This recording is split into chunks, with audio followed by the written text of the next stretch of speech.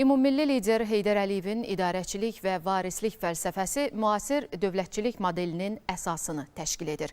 Bu fikir Yeni Azərbaycan Partiyasının mərkəzi aparatının təşkil etdiyi konfransda səsləndirilib.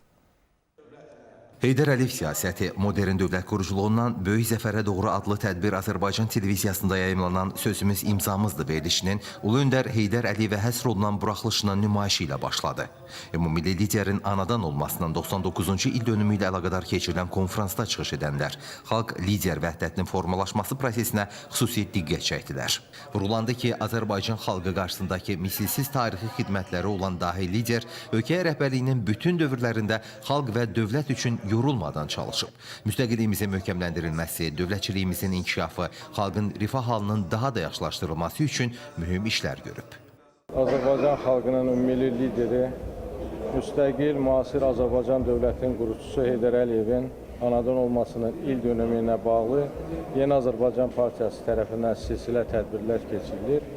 Bugün də Yeni Azərbaycan Partiyasının rəhbər heyətinin eyni zamanda Yeni Azərbaycan Partiyasının strukturuna daxil olan bütün qurumların nümayəndələrinin, dövlət nümayəndələrinin iştirakı ilə bugün konfrans təşkil olunub. Müstəqil Azərbaycanın mövcudluğu, qüdrətli ölkə kimi təşəkkülü məhz Heydər Əliyev siyasətinin bəhrəsidir. Azərbaycanın müstəqilliyinin ilk illərindəki gərgin ictimai-siyasi vəziyyətə son qoyulması və 1993-cü ildən sonra ölkəmizin tarixində açılan yeni səhifələr Ulu Öndərin uğurlu rəhbərliyinin nəticəsidir. 90-cı illərin əvvəllərində siz bilirsiniz, Azərbaycanda vətəndaş müharibəsi, Azərbaycanın iqtisadiyyatı çox bərbad vəziyyətdə idi, təəssüf ki, Azərbaycanda vahid ordu quruculuğu yox idi. Gələcəyə çox bir belə ümidsizlik var idi insanlarda. Bax, belə bir vəziyyətdə Azərbaycanda hakimiyyətin sükanına keçmək və onu idarə eləmək həqiqətən çətin idi. Bunun öhdəsindən yalnız Heydər Əliyev şəxsiyyəti, Heydər Əliyev fenomeni gələ bilərdi və belə də oldu. Çıxış edənlər ordu quruculuğunda da Ulu Öndər Heydər Əliyevin əvəzsiz xidmətlərini vurguladılar.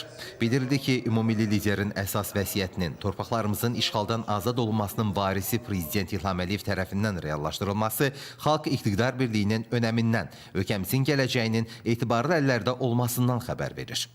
Rüstəm Mikayılzadə, Sədrəddin Mirzəyev, Ruslan Həsənov, ASTV Xəbər.